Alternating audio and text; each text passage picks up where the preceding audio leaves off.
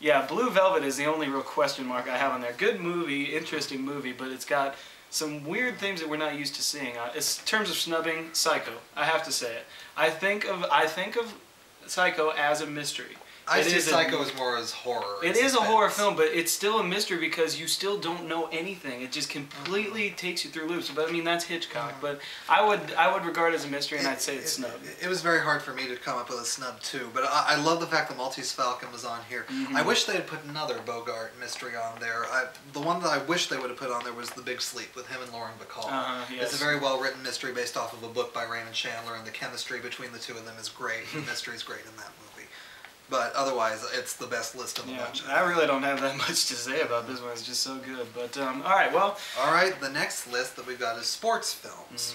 At number 10 is Jerry Maguire. Number 9, the Elizabeth Taylor Mickey Rooney classic National Velvet.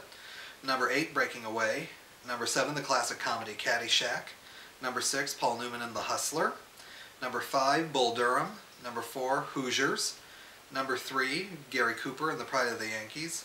Number 2, the perennial classic Rocky. And at number 1, Scorsese's Raging Bull. Yeah, and this list is the most interesting for me because I am such a sports nut. But this, oh man, when this list started out, those first 3 movies right there, just, I don't get it all. I really don't, because these movies seem to be, except for with the exception of Breaking Away, these seem to be movies, dramas, or comedies with sports in them. They're not what I would classify as sports movies, especially Jerry Maguire, as good as it is.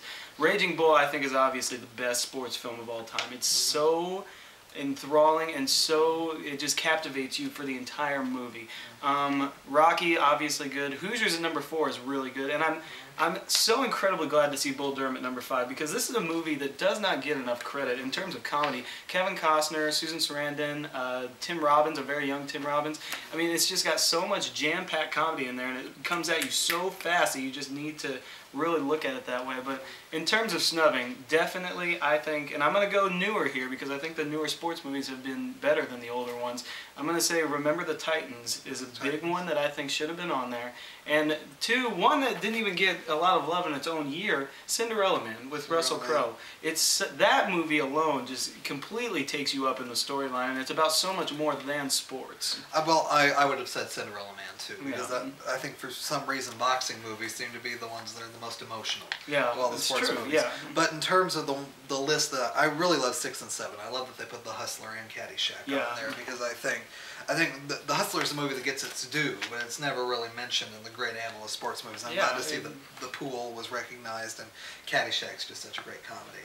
Yeah, indeed, and you know, like we said, I think you feel the same way that those first 3 there are just very unusual. I love National Velvet. I like it too, but it's more. It's not literally about sports. It's about a movie with sports in it. But oh well, what you gonna do? All right, well, the next category is courtroom drama, and the list goes as follows. At number 10, the classic and star-studded cast at Judgment at Nuremberg. At number 9, the Meryl Streep, incredibly deeply disturbing movie, A Cry in the Dark. At number 8, the movie based off of the Truman Capote book, In Cold Blood. At number 7, Anatomy of a Murder. At number 6, the classic Witness for the Prosecution. At number 5, the Rob Reiner 1992 classic, A Few Good Men. At number 4, Paul Newman at his best in The Verdict. Number 3, Meryl Streep and Dustin Hoffman, Tear Your Hearts Out in Kramer vs. Kramer.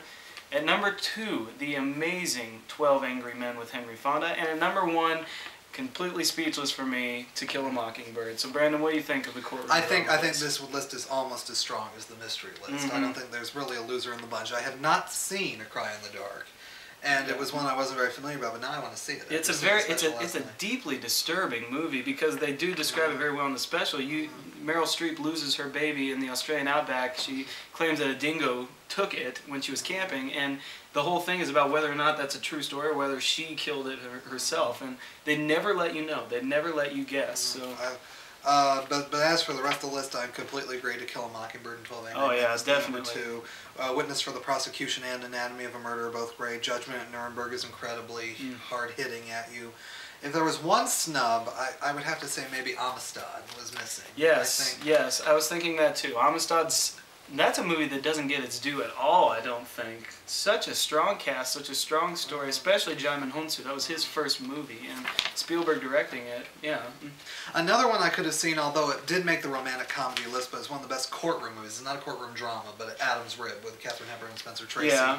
But other than that, Did make it onto the romantic comedy list, but yeah, I could see that too. But overall, I think, man, just a really strong list.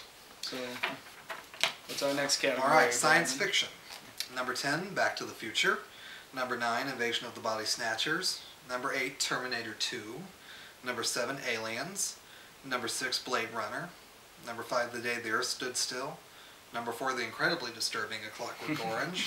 Number 3, the classic E.T. Number 2, the perennial favorite, Star Wars. And number 1 is Kubrick's 2001: A Space Odyssey. Yeah, okay, this list is, I think, a very strong list as well. I see a lot of movies that I love. I love that Invasion of the Body Snatchers is on there, one of the deeply disturbing classic movies of all time. Aliens, obviously a thriller. I love the Back to the Future. Yes, Back to the Future on there too. That movie usually doesn't.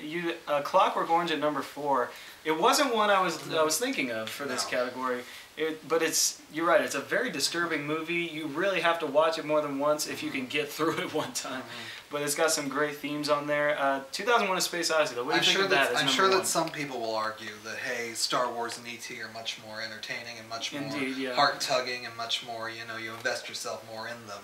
I would have to say probably 2001 is probably the much more artistic and much more thought-provoking one, but in terms of my mind, I usually go toward E.T. more than I would. And I think most people do. And 2001: A Space Odyssey is definitely an acquired taste movie where you have to watch it a lot. And it's such a movie of themes. It's themes everywhere. It's not straight up narrative so much, but you really have to read your own thing into it. Blade Runner, you and I really just don't understand why Blade Runner is regarded as one of the best. I mean, I can see the importance of putting the future into an urban setting like that. And the ending of the movie is very poignant, but all throughout it's just kind of a boring movie. If I had to say one snub, though, and I think this is a big, big snub on the part of the AFI voters, The Matrix. I think The Matrix has to be on this list, simply, A, because it's a very good story and a way of thinking about this kind of movie, but also it was so important the way it changed movie making, especially action movie making with its camera techniques and such. I'd say take Blade Runner off and put The Matrix in at number 6. The one I was thinking was Close Encounters of the Third Kind.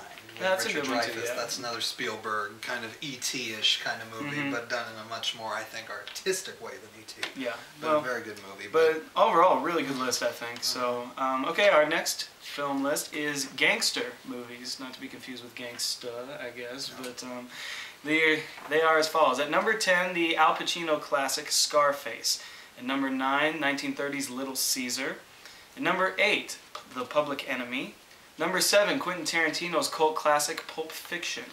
At number 6, the Howard Hughes produced Scarface, The Shame of a Nation. At number 5, the Warren Beatty classic Bonnie and Clyde. Number 4, James Cagney in White Heat.